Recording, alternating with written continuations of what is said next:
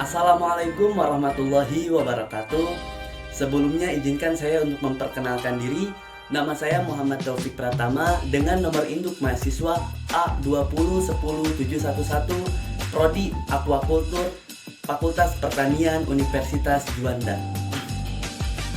Di sini saya akan mempresentasikan tentang salah satu budidaya yang pada saat ini sangat diminati oleh beberapa kalangan, yaitu budidaya kepiting bakau. Nah, sebelum kita menuju ke budidaya, mari kita mengenal sedikit siapa sih kepiting bakau tersebut. Kepiting bakau memiliki nama Latin yaitu Scylla serrata. Kepiting bakau hidup di ekosistem hutan bakau atau kita sebut estuaria. Nah, kepiting bakau sendiri memiliki nilai ekonomis yang sangat tinggi, serta kepiting bakau umumnya dapat ditemukan di pantai Australia, di pantai Afrika, serta di pantai Asia, salah satunya adalah Indonesia. Nah, oke, mari kita menuju ke cara budidaya kepiting bakau. Yang pertama yaitu sebelum ke cara budidayanya, mari kita bahas tentang faktor-faktor penunjang kehidupan kepiting bakau. Yang pertama adalah air yang dipakai dalam proses budidaya harus bebas dari pencemaran serta ketersediaannya mencukupi dalam proses budidaya. Yang kedua, ketersediaan pakan harus mencukupi dalam proses budidaya dalam proses budidaya kepiting bakau. Kemudian sumber daya yang berpotensi dan sanggup untuk mengelola budidaya tersebut, baik itu dari sumber daya energi, sumber daya manusia, dan lain sebagainya. Kemudian poin yang tidak kalah penting yaitu lingkungan tambak yang aman terbebas dari predator. Karena apa? Karena ketika kita berbudidaya, salah satu yang faktor gagalnya budidaya yaitu salah satunya adalah adanya predator. Jika kita membudidayakan salah satunya kepiting bakau dan kemudian di sekitar tambak tersebut terdapat predator, kemudian predator tersebut memasuki area tambak, maka apa yang terjadi? Hasil dari tambak kita akan sia-sia. Kemudian yang kedua, pemilihan lokasi tambak. Nah, tentunya di dalam budidaya sendiri ada yang namanya pemilihan lokasi tambak. Nah, untuk budidaya bakau sendiri, kepiting bakau sendiri, maka terdapat beberapa poin, yaitu yang pertama, harus strategis dan dekat dengan pantai dan atau sumber air. Nah, kita ketahui bahwasanya kepiting bakau merupakan salah satu biota yang hidup di daerah pesisir, yaitu hutan bakau atau ekosistem estuaria, yaitu tentu saja mereka membutuhkan air yang cukup. Nah, kemudian yang kedua, untuk kolamnya sendiri yaitu harus memiliki kedalaman 0,8 sampai dengan 1 meter. Kemudian untuk salinitas kolam, nah ini untuk salinitas kolam budidaya kepiting bakau yaitu harus mencapai 15 sampai 30 ppt dengan tekstur tanah yang lembut, tanah liat, serta berpasir. Tentu saja teksturnya berbeda dengan kita berbudidaya tanaman. Kemudian selanjutnya adalah pasang surut air berkisar antara 1,5 sampai 2 meter. Nah, kemudian selanjutnya adalah menggunakan pagar pare dengan tinggi 60 cm dan lebar 4 meter. Nah, kenapa harus menggunakan pasang pagar pare? Yaitu untuk mencegah kepiting bakau yang kita budidaya lepas daripada tambak atau tempat budidaya yang kita sediakan. Nah, bagaimana kalau misalkan ketika kita sudah budidaya, kemudian kepiting yang kita budidayakan lepas dengan sia-sia? Nah, karena itu maka dibutuhkan memasang pagar pare. Nah, kemudian selanjutnya setelah mengetahui penunjang kehidupan serta lokasi dan air yang harus disediakan, maka kita berlanjut ke pemilihan benih. Nah, pemilihan benih tersebut kita harus tahu dengan jelas dan harus menentukan beberapa faktor, yaitu yang pertama harus berkualitas. Tentu saja dalam budidaya apapun pemilihan benih adalah harus menggunakan benih yang sangat berkualitas. Kemudian diprioritaskan betina. Kenapa? Karena akan berkembang biak. Nah, karena betina itu akan berkembang biak sehingga dapat dibudidayakan kembali.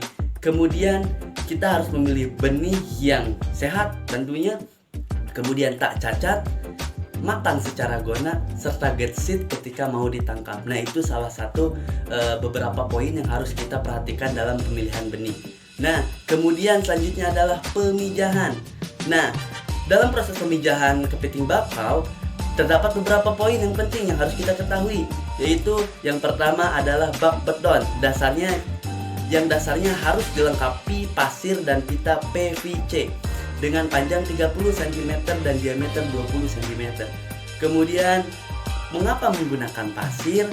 Karena alasan menggunakan pasir sendiri yaitu untuk menyerupai atau membuat sebuah replika seolah-olah seperti di laut. Karena hakikatnya kepiting bakau itu ketika betina yang sudah matang dan akan berkembang biak, maka betina tersebut akan mengumpulkan tanah untuk proses bertelurnya.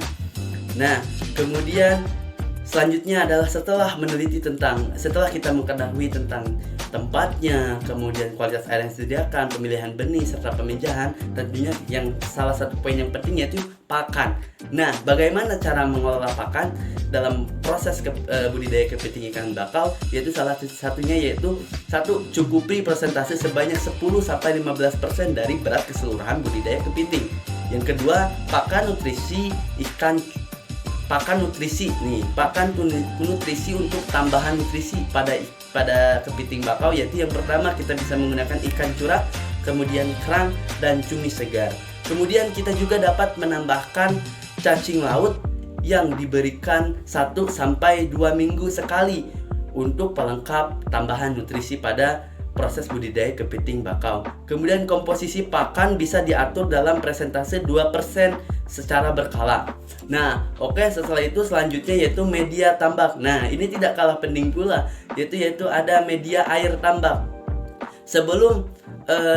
Kita ketika budidaya kepiting bakau yang harus diperhatikan yaitu sebelum memasukkan air ke tambak atau ke tempat budidaya kepiting bakau, kita seharusnya dianjurkan untuk menetralisir air tersebut dengan apa? Dengan menggunakan bantuan sodium yang direndam selama 12 hari ya. Kemudian yang kedua, selama proses pemijahan harus dijaga ketersediaan air. Nah, ingat, harus dijaga ketersediaan air ketika apa? Ketika proses pemijahan. Dengan ketinggiannya jangan kurang dari 30 cm. Berarti lebih dari 30 cm pun tidak apa-apa, asalkan jangan kurang dari 30 cm. Kemudian campurkan air dengan menggunakan kaporit dengan dosis 10-20 ppm. Nah, ketika pemijahan juga bisa menggunakan kaporit, campuran air menggunakan kaporit. Kemudian selanjutnya adalah penetasan telur dalam proses budidaya kepiting bakau, yaitu telur kepiting betina melekat. Nah, ketika bertelur, maka telur kepiting yang dihasilkan oleh betina akan melekat ke akar rambut kaki renggang di sekitar katup perut. Nah, di situ. Kemudian selanjutnya adalah setelah kita mengetahui letak telur tersebut, maka selanjutnya adalah sortir terhadap induk. Kita harus menyortir yang namanya telur dengan induknya, yaitu memisahkan telur dengan induknya. Nah, kemudian yaitu kepiting yang sudah matang seharusnya dipindahkan kemana? Ke bak budidaya yang dilapisi dengan beton. Kemudian pindahkan betina ke kolam atau wadah volume 300 liter air per satu kepitingnya. Nah, selanjutnya yaitu mengecek kematian atau bisa disebut dengan PCR. Nah, tentu saja dalam proses budidaya ada yang namanya kematian dalam proses budidaya tersebut. Yaitu bagaimana cara mengecek PCR atau kematian dalam budidaya kepiting bakau, yaitu salah satunya yaitu lakukan penyaringan. Nah, melakukan penyaringan ketika budidaya. Kemudian untuk ketika kepiting bakau terkena jamur ataupun penyakit, maka kita bisa menggunakan Teflon 0,1 ppm atau 4% tifulain per 3 hari pada bak penetasan. Nah, itu yang dapat kita lakukan ketika kepiting bakau yang kita budidayakan terkena penyakit ataupun jamur. Nah, kemudian selanjutnya adalah yang terakhir yaitu pemeliharaan anakan kepiting bakau. Yang pertama adalah telur menetas secara normal 7 sampai 14 hari. Di kolam ya, jadi gini, secara normal telur kepiting bakau itu menetas dalam jangka 7 sampai 14 hari di kolam penetasan yang bersuhu 26,5 sampai 31 derajat Celcius. Nah, secara normal. Kemudian setelah itu pindahkan ke kolam khusus penetasan dari beton. Nah, setelah telur menetas, maka si telur tadi disortir kemudian dipindahkan ke yang namanya bak penetasan yang terbuat dari beton.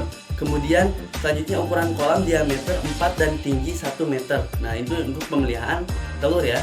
Ukuran kolamnya itu diameter 4 meter dan tinggi 1 meter. Kemudian penyebaran. Nah, ini untuk penyebaran ideal yang nantinya penyebaran ideal benih ataupun bibit pada kepiting bakau itu idealnya yaitu 50 anakan per liter air ya. Patokannya 50 anakan 50 anakan kepiting bakau per liter air. Nah, itu adalah penyebaran idealnya.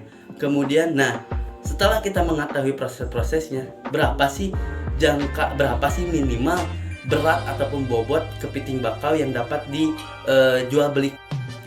Nah, oke, setelah kita mengetahui tentang cara budidaya kepiting bakau, tentunya yang kita tunggu-tunggu yaitu berapa lama sih proses budidaya ikan bakau sehingga dapat dijual belikan.